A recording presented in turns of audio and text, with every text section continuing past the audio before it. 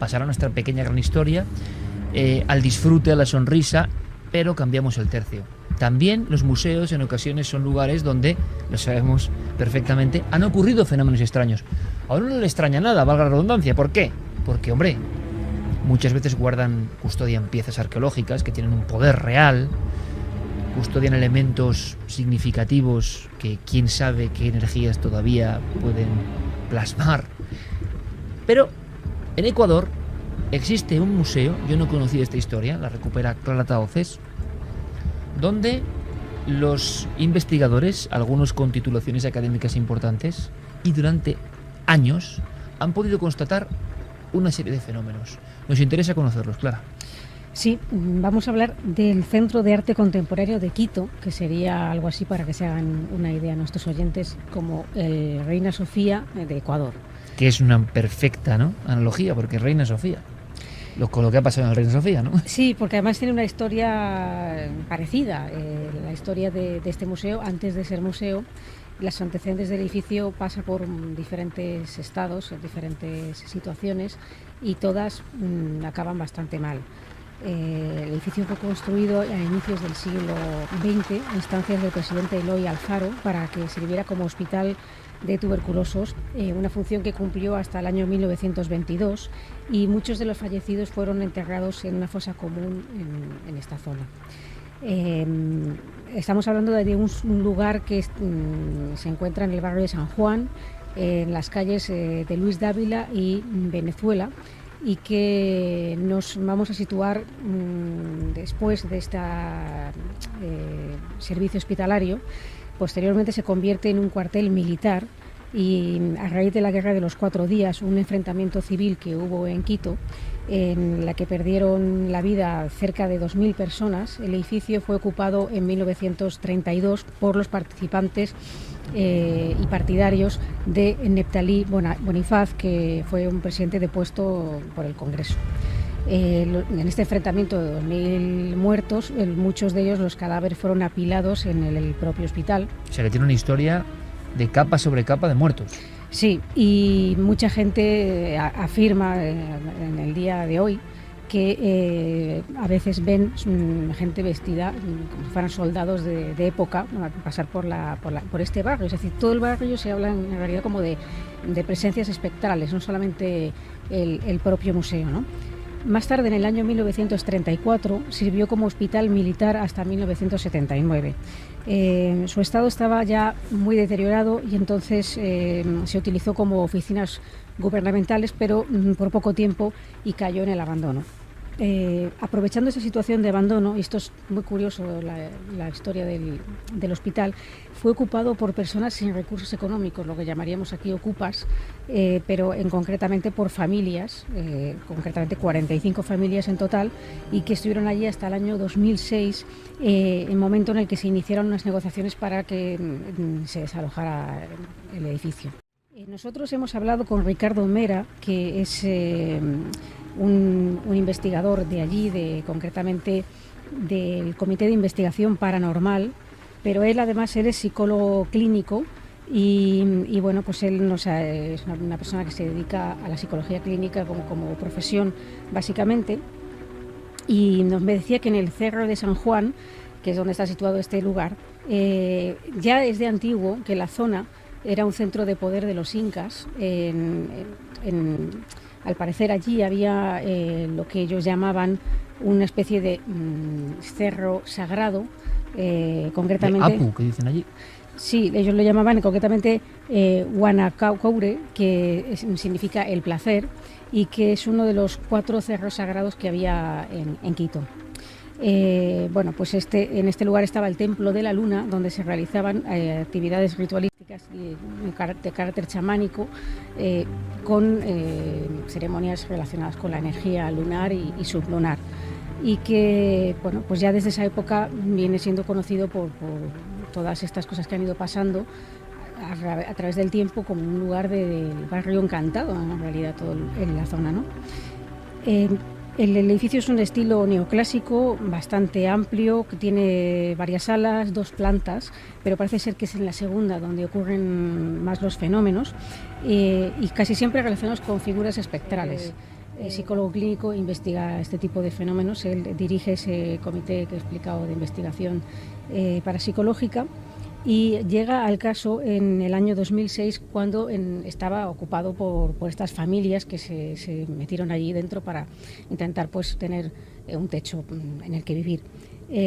Durante 2 o 3 meses estuvieron recibiendo llamadas diariamente de personas que denunciaban que no podían dormir por las noches porque se aparecían una serie de luces de personas, entre comillas, veían gente allí que no eran la gente que estaba, digamos, ocupando el edificio, y experimentaban fenómenos extraños en su interior. Además, según parece, como me comentaban, ¿no?, es que las personas que vivían allí enfermaban y otras experimentaban también malestares de tipo psicosomático.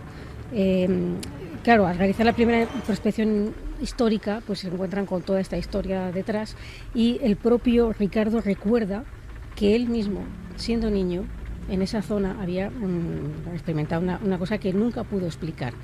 Y bueno, lo que él decía es que la experiencia tuvo lugar en una cancha que había de fútbol cercana, donde estaban jugando a la pelota, y la pelota, por estas circunstancias, salió del campo de fútbol y fue a parar bastante lejos. Y un niño que vieron salir del antiguo hospital le entregó la pelota. Claro, ellos se quedaron muy extrañados porque sabían que ahí no vivía nadie.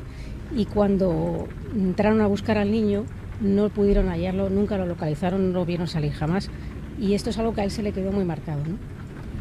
Entonces, bueno, este comité de investigación paranormal está compuesto por 5 personas y su labor casi siempre se centra en la captación de psicofonías y de psicoimágenes, y durante la investigación que realizaron pues captaron 6 psicofonías y 7 fotografías con luminografías, orbes, etcétera.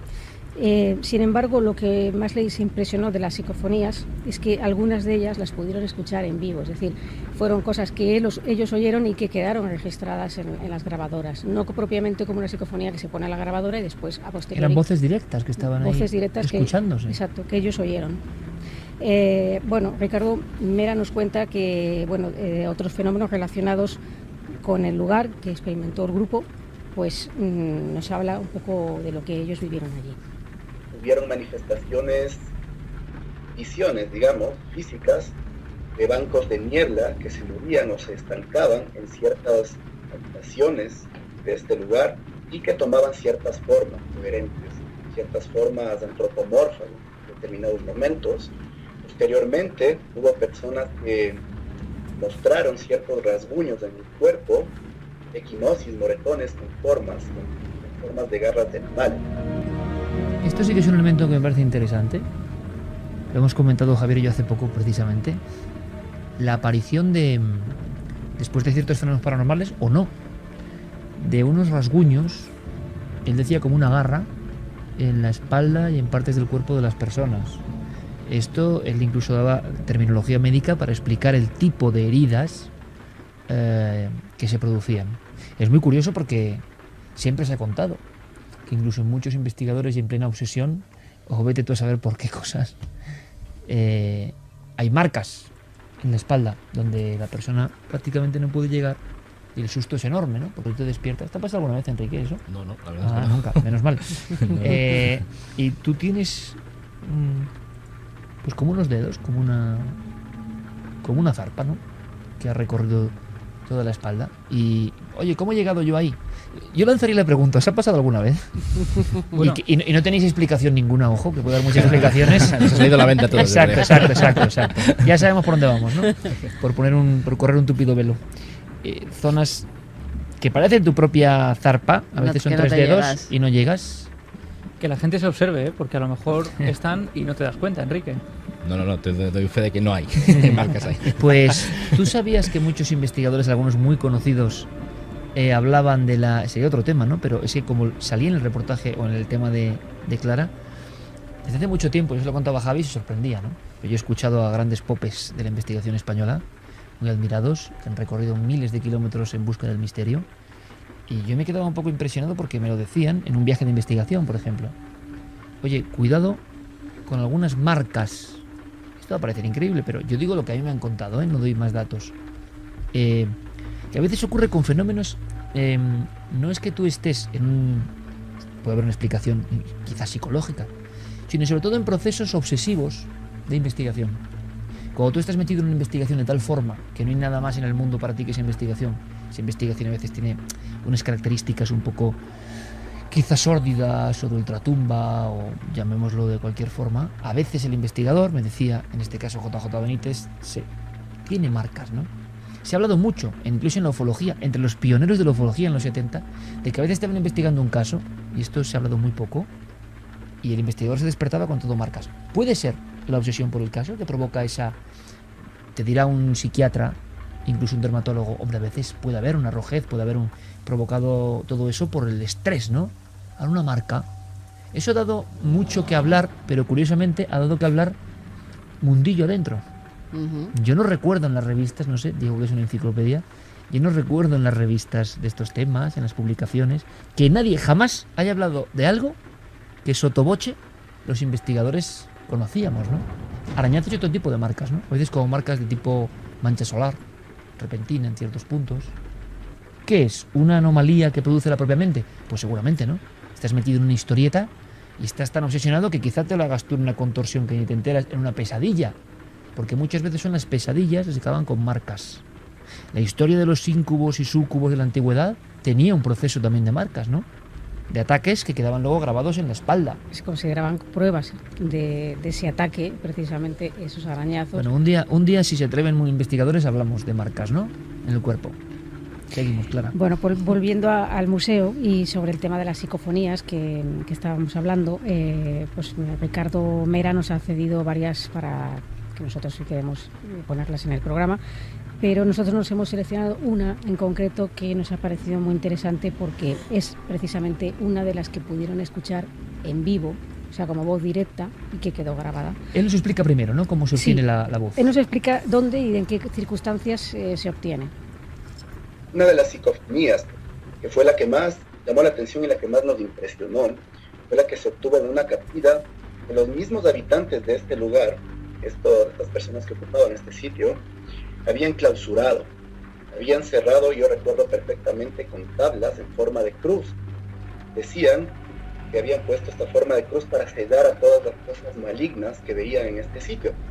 Esta capilla era un sitio extremadamente oscuro, extremadamente sucio, pero donde se captó una psicofonía donde una voz femenina, aproximadamente unos 30 años, si la dejamos de clasificar, nos dijo claramente, mírame. Pero esta voz que dijo, mírame, fue escuchada por todos los presentes y registrada en las grabadoras. El dato, por tanto, es que en el hospital, con esa historia que has contado, se escucha la voz. No es que se grabe simplemente. Aunque luego yo he escuchado la grabación y no se lo he escuchado en otro estudio, no me parece tan clara. Ahora igual lo escucho ahora, en este momento, y sí me parece tan clara. Pero sí que me parece una psicofonía como típica, como que aprovecha ese sonido fuente, digamos. Pero no me parece una voz como un alarido que da uno. Es curioso. Ahora que la vamos a oír con cascos, bien, a ver qué sacamos. A mí sí me pareció que, bueno, que tenía ese tonillo psicofónico. Mírame, dice. Clásico. Mírame. ¿Voz como de mujer? Sí, voz como de mujer. Y nos decía también que en el momento en el que se registró, los miembros del equipo percibieron un fuerte descenso de la temperatura en el lugar, concretamente en una zona de gradas que había en esa capilla, y también parestesias en los brazos, es decir, la sensación de que se adormecen, de que no te responden bien, ¿no? Parestesia, has dicho, cuando parestesia. se adormecen los miembros. Eso también es un clásico.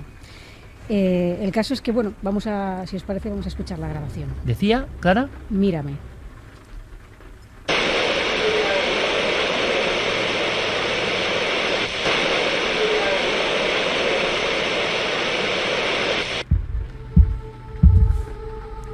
Como muy de fondo y aprovechando. ¿La habéis escuchado, chicos? Sí. Mírame. Vamos a probar otra vez, Noel. Porque yo creo que son de esas que o yo estoy perdiendo facultades, que es muy posible, o me cuesta un poco, pero sé que está ahí la voz, y además es una voz que curiosamente es, ¿cómo decirlo?, la típica voz de mujer mayor de psicofonía, no sé cómo decirlo, pero es que hay muchas psicofonías que tienen ese tono medio melancólico, un poco lacónico, sí, un poco dimensional, ¿os acordáis, no? Sí. Sonríe Enrique porque él ha tenido Sí, no, constancia son de... esas grabaciones clásicas poco de toda, chateña, de un toda poco la- de toda- chateña, ¿verdad? exactamente, de toda la vida, ¿no? Que tiene ese tono tan característico. Porque tú coges las psicofonías de Ochate, de Pándora, o que hace... Por ejemplo, no Pándora, que parece de niño. Es más infantil eso. Pero que hace la puerta Sí, cerrada. esa voz ahí como Y es dejada, como dejada, pasiva, como que no, sin como ganas, de ¿no? una Diríamos. exacto, Sí, le da como de una igual. señora que le da igual lo que está pasando o que está desde otro sitio, pero es un tono muy especial. No sé si es ya cuestión nuestra, pero puedes hacer una larga historia de psicofonías con voz de tipo niño, como le pasaba a Joaquín Abenza, que era escalofriante el estudio que hizo Joaquín Abenza con Belmez, que salía siempre el mismo niño. Y eso daba mucho miedo, ¿eh? En diferentes grabaciones, en diferentes años, incluso en intersecciones Bueno, audibles. Una voz infantil. Sí, No, claro, una no voz un infantil. niño, no Pero es que salía era muy siempre un parecida. mismo niño. Pero daba mucho miedo esa voz, ¿eh? Era muy parecida. Y claro, Joaquín, que es un tipo riguroso y estudioso, empezó a hilar diferentes fuentes, incluso alguna entrevista televisiva, donde se colaba la voz cuando estaba hablando Miguel Pereira, si no me equivoco. Y era una voz de niño. Y si las comparas se parecían mucho. Bueno, pues si tú coges voz de mujer joven, hay una tipología. Pero si coges esta voz de mujer madura, como que le da igual, es que habría que un día hacemos la prueba, porque se parece bastante. Mira, y esto es Ecuador, estamos a 11.000 kilómetros Y, de y Ochate, tampoco en me este caso, parece que de tenga Belmez. un acento...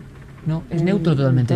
A Es eso voy, verdad. no tiene un acento de allí, vamos, o yo no Es le verdad. reconozco ese acento, ¿no? Podría ser perfectamente, si decimos que se ha grabado en España... Vamos a escucharlo otra vez. Mírame, en Ecuador.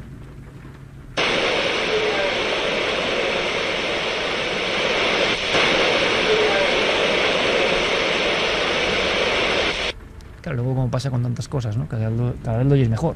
Si ya lo has identificado más o menos, esa voz quejumbrosa. ¿Cómo acaba esta historia, Clara? Pues en la actualidad el museo se sigue, parece ser que sigue la actividad paranormal con presuntos aparecidos y situaciones en las que algunos de los guardas han tenido cierto miedo, cierto respeto, pero al mismo tiempo el museo ha realizado algo que a mí me parece interesante, ¿no? Y es que ha aceptado ese pasado luctuoso que ha tenido y a veces han organizado incluso alguna visita guiada explicando la transformación del edificio, lo que allí ocurrió y bueno, Sin temor. obviar que bueno, pues ha habido un montón de muertos allí.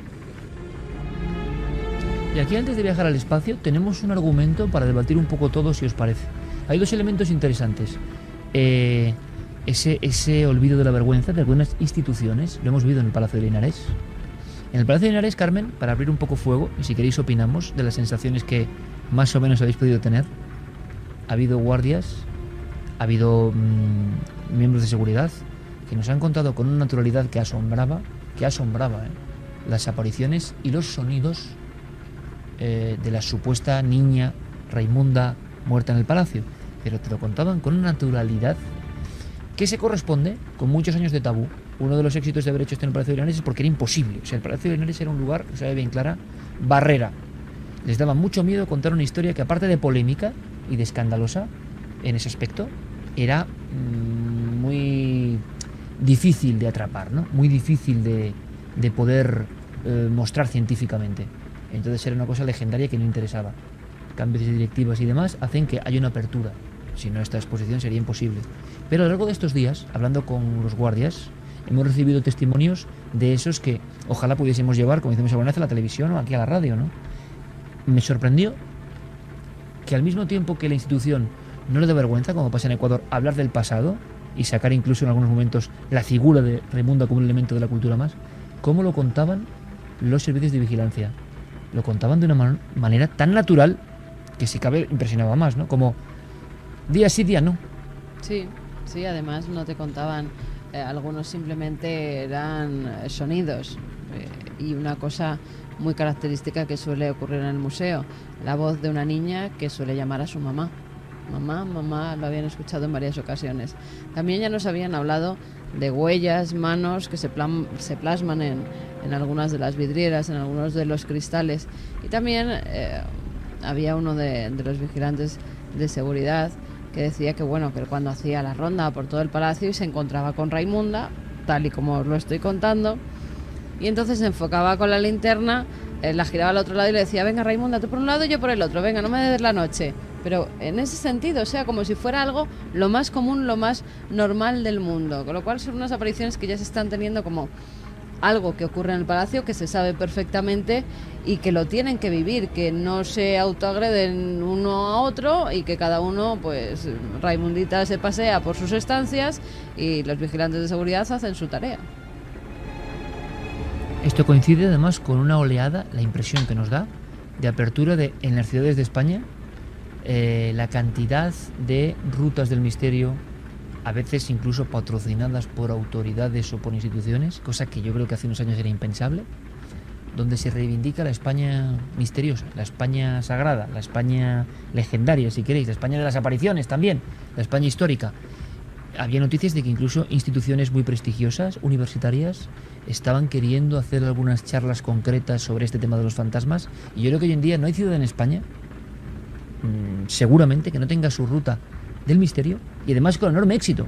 Es decir, ha habido un cambio de chip. Cuidado también porque hay rutas Sí, claro, piratas también, con gente que no tiene pero ni estamos idea hablando... y tienen que tener sus contratos, sus cosas, todo como tiene que tener todo el mundo, como todos los guías, ¿eh? Pero estamos hablando de que está ocurriendo esa amplificación, ¿no? Evidentemente. Y a nivel también de publicaciones, hay muchas universidades que están publicando cosas, por ejemplo, estudios de fantasmas en la antigüedad, con académicos importantísimos, analizando e investigando este tipo de testimonios recogidos en documentos que tienen cientos de años. Parece que es cierto. ¿Creéis que se está abriendo un poco el abanico directamente? Sí. ¿Vosotros Sí. lo notáis? Sí. Sí. Comentadnos, Lo por favor. mismo que lo que decía al principio, la misma rueda de prensa en el Palacio de Linares. Yo no puedo, o sea, a mí me llegan a decir en época de lo que el Palacio de Linares era, que dentro de unos años iba a estar asistiendo a una rueda de prensa ¿De de un misterio? evento de misterio con Iker Jiménez, con Carmen Porter, etcétera, y yo sinceramente me hubiera dicho que no me lo creía. Aquí tenemos amigos de diferentes puntos de España. Guillermo en el sur de España, Diego en Cantabria, Enrique, País Vasco. Es decir, se nota luego en cada lugar que algo se está abriendo. Ya no digo ni por influencia no de los programas nuestros o de otros, me da igual, sino que en la sociedad empieza a haber menos miedo, rutas, charlas, libros, presentaciones, actividades. ¿Algo que ha cambiado o es un espejismo que yo veo? No, además, lo interesante, por ejemplo, en Vitoria también hay rutas de estas características. También en Vitoria. Y lo interesante de estas rutas es que mucha gente, a través de las leyendas, de los misterios, de los fantasmas del Andresito, de la Ciudad Hacienda, etcétera, está redescubriendo la historia de Vitoria. O sea, que al final es una forma de enterarte de la historia pura y dura de tu Sí, ciudad. que entras a la historia porque el niño Andresito o... Pulula por el convento de San Exacto, Francisco. y a la partir gente de ahí descubre, aprendes ¿no? lo que es el Claro. convento de San Francisco. Eso es. Y muchos niños y muchas personas. Y tú notas que está viendo esa apertura. Sí, no, totalmente. Sí, es cierto. Me acuerdo de la ruta que hicimos el año pasado con Israel en Mérida, que evidentemente... Otro ejemplo, nuestra querida Israel Espino. Como dice Enrique, es una manera de explicar esa ciudad de otra manera, ¿no? Yendo a raíces mitológicas, antropológicas, porque además precisamente Mérida es una tierra en la que se conjunta muy bien un montón de culturas y de historias, ¿no? Y sí, evidentemente esto se está abriendo y yo creo que se ve claramente. Vuelvo a llevar a nuestro terreno porque creo que es un ejemplo muy práctico, ¿no? Yo creo que nunca, en las 10 temporadas que llevamos de Cuarto Milenio, nunca antes, como en estas 2 últimas más o menos, hemos tenido tanta presencia de autoridades que hablen sin tapujos abiertamente, guardias civiles, policía, Policía Nacional. Y, evidentemente algunos, bueno, no dan abiertamente la cara, pero se atreven a hablar, que es un paso importantísimo y que es algo que no se veía desde hace muchísimo tiempo. Vamos a hacer una cosa, justo ahora con las señales. Es el momento esperado por muchos y el momento en que nos vamos al espacio. Vamos a contar, si él quiere, la increíble historia de un muchacho en Sevilla que yo creo que es el momento, ¿no? Que lanzó un mensaje al espacio. Yo creo que eso es tan maravilloso. Yo creo que me lo cuente él. Mira lo que suena, Guillermo, mira lo que suena, por favor.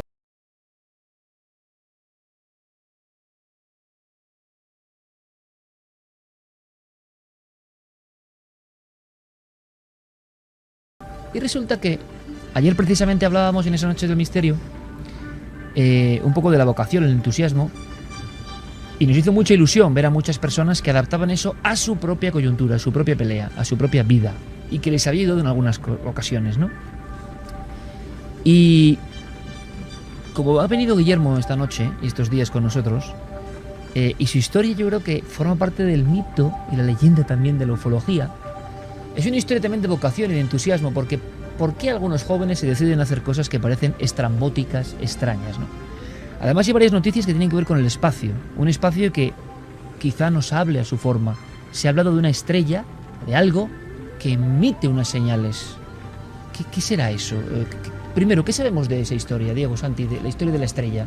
Polémica. Es la estrella Iker KIC 5520878, un número de catálogo que nos define una estrella como cualquier otra.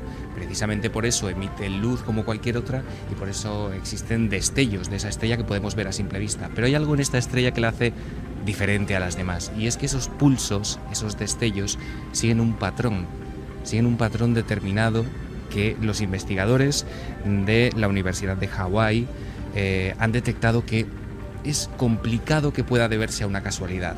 Parece que hay algo más, parece que hay algo inteligente o algo preparado, algo mecánico, ¿no? Casi podríamos decir detrás. ¿Nos quitarán esta historia tan bonita que estás contando? Es decir, que enseguida habrá dudas, no sabemos si reales o no, que taparán esta noticia, porque así, como estás contando, es tan maravillosa, ¿no? Es tan maravilloso. Es como un radiofaro en la inmensidad que nos envía su mensaje, ¿no? Sí. Además, imagínate, de ser así, el tamaño o el avance tecnológico de una civilización capaz de mandar a su propia estrella un pulso de neutrones de una potencia tal que puede alterar su emisión de radiofrecuencias de forma que puede ser captada y convertirla en un faro. Desde luego, con mucho menos se han hecho novelas de ciencia ficción gloriosas. Lo decíamos, tú lo contabas en la televisión, un radiofaro en el espacio, ¿será posible? Imagino que también ha saltado la polémica, habrá voces a favor, en contra, tendrá que examinarse todo eso, pero en el fondo es como en la película Contact, ¿no? La sensación de que alguien nos manda un mensaje desde muy lejos. Sí, a nivel romántico me refiero, ¿eh? Además, desde muy lejos, estamos hablando de una estrella que está a 16.000 años luz, que no es cualquier cosa, y evidentemente no sé si nos la van a quitar, no sé si esto se va a silenciar, si va a ser una especie de, vamos a decir, serpiente de primavera, por decir algo así. Pero lo que es muy bonito también son las hipótesis, ¿no? Como apuntaba Santi, que se han dado incluso en los medios de comunicación, y hemos podido leer, como apuntaba él, que esta supuesta civilización, si lo queremos imaginar así, ¿no? Que estaría detrás de esos pulsos, parece que a intervalos regulares, y así empezaba la guerra de los mundos, ¿no? Unos pulsos a intervalos regulares. Pues parece que esta civilización, pues eso, evidentemente podría ser capaz de alterar artificialmente todo ese caudal de energía para intentar decirnos algo, ¿no? Para intentar darse a conocer, para intentar decir aquí estamos. Eso por lo menos ha salido estos días en los medios de comunicación. Yo creo que todos nos hemos quedado muy impactados con la noticia, porque es bonito, ¿no? Imaginar que puede salir de aquí. A lo mejor nos lo cortan, pero es muy bonito imaginarlo por lo menos. Bueno, pues hubo un joven, esta historia es muy bonita también, y vamos a contar una historia bonita, ¿no? Y sobre la que podéis opinar. Algunos no la conocían, porque son muy jóvenes en este equipo. Hay dos historias en una. Yo recuerdo cómo conocí a Guillermo León, y él puede decirlo, que es así. Es así, ¿no? Sí, una carambola, pero de las buenas, pero ¿no? de las buenas. Hace casi 20 años, con un internet muy primitivo, y yo como muy obsesionado por la historia y por una fotografía que ahora tú me vas a contar de viva voz, ¿no? Un joven de 18 años, en una azotea de Sevilla, había construido una parabólica, una antena, mirando hacia ese espacio, quizás soñando con noticias como esta, y con los primitivísimos ordenadores, repito, año 88, y con un amigo entusiasta, habían montado su pequeña NASA, hoy la flamante Sana, pero una especie de Fresnedillas sevillano, en una zona, en una barriada de Sevilla, y la noticia, que ni más ni menos era el primer reportaje que escribió Javier Sierra, ahí es nada, decía algo así como: dos amigos sevillanos, dos jóvenes, lanzan un mensaje al espacio y de alguna manera son respondidos. Y como decían del hombre Petilérganes, ¿no? Si no fue verdad, mereció serlo. En el sentido de qué verdad hay aquí. Bueno, él nos lo va a contar. Yo andaba obsesionado con esa historia.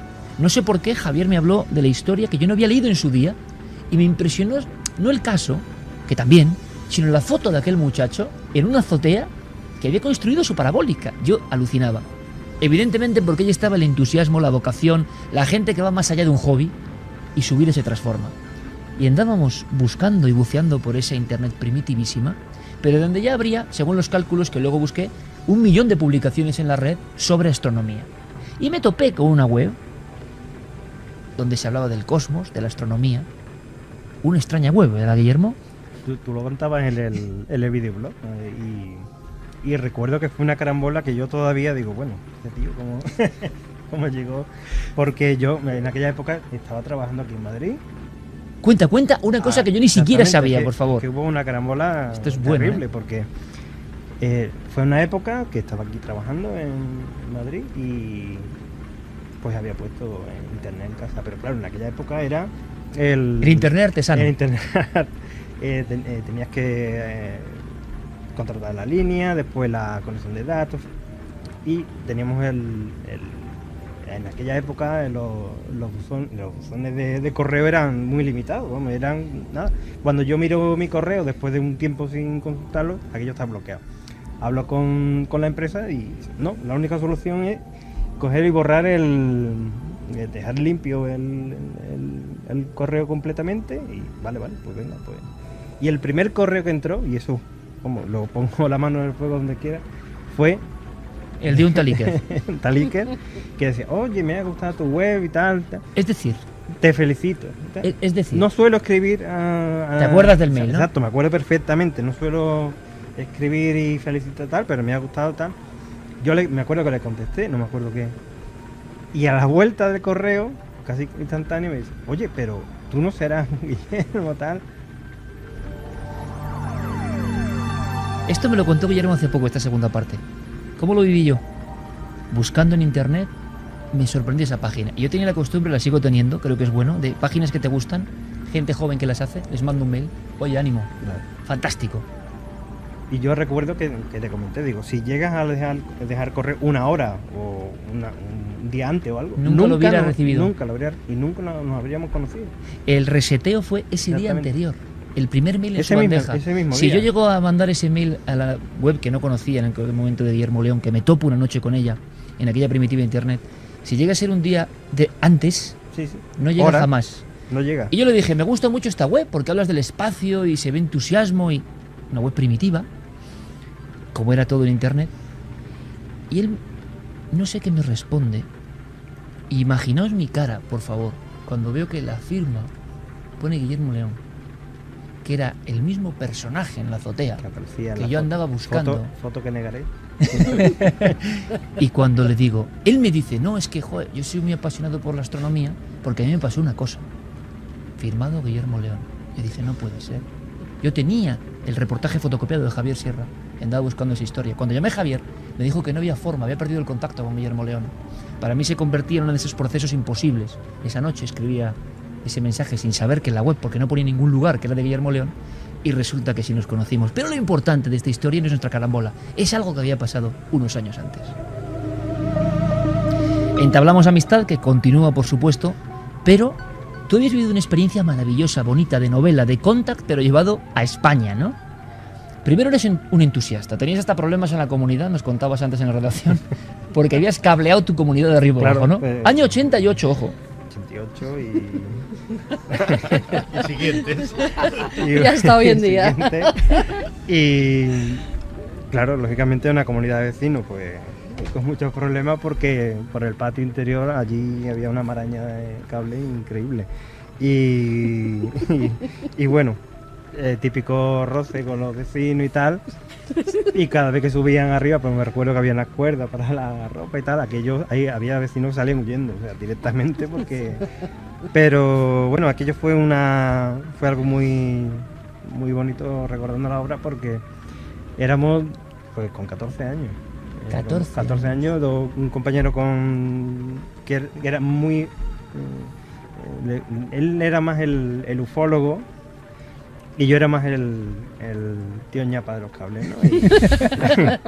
Y nos juntamos un poco los dos, y no sé por qué. Es lo que hemos hablado, y inspiración, ¿no? Pues, no sé, una película, algo que leímos, no sé. Quizá el mensaje de Recibo, ese mensaje lanzado a las estrellas, porque vosotros copiáis con vuestros rudimentarios ordenadores. Exacto, copiamos el mensaje de Arecibo. Aquel esquema, si buscáis por internet, aquel mensaje que se envía desde la antena de Arecibo en el año 74. Y lo copiamos completamente. Pero aquí hay algo extraordinario, vamos a ver, dos chavales. Pero las coordenadas las cambiamos, eso sí. Exacto. Y entonces, tú me contabas antes y yo alucinaba. Les he recomendado el libro de Steve Jobs, tenéis que leerlo, por favor, porque es ese mismo ambiente de creatividad, de chavales en el instituto que son capaces de montar sus ordenadores, de ganas de comerse el mundo en un garaje. Pero esto es en un piso de En Sevilla. aquella época ni internet ni nada, aquí había que buscarse los esquemas donde... Pero fuera. los ordenadores antiguos, el MSX, ni más ni menos, Bueno, yo no me sé. tenía una salida que tú acoplas a una parabólica. Pero es que la parabólica también la construís. Sí, todo. Aquello fue una locura. Visto ahora fue una locura, no sé ni cómo... Pero sí, todo. La salida del ordenador a un par de transmisores en banda de VHF, en onda corta y combinado con este ordenador con unas coordenadas que cambiamos, que ya fue el remate. Y lanzáis un mensaje al espacio. Sí, exactamente. Y un buen día, me acuerdo que estaba mi tío en casa. Esto a Enrique le va a sonar, ya verás. Y la impresora, pues sola, marcó una tira, una línea. A mí lo que me llamó mucho la atención era que aquellos caracteres, las impresoras, Santi, estaban las matriciales y bueno, otras que venían ya, pero tenían juego de caracteres que aquello no existía, aquello no venía programado en la impresora. Aquello...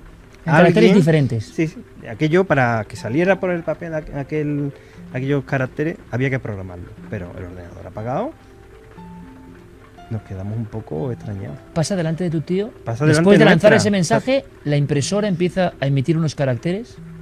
Bien, primera escena. No sé por qué, lo enlazamos un poco con... Pero claro, en aquella época, ¿qué íbamos a esperar? Nos habíamos metido en una historia un poco... Bueno, un poco no, imposible, ¿no?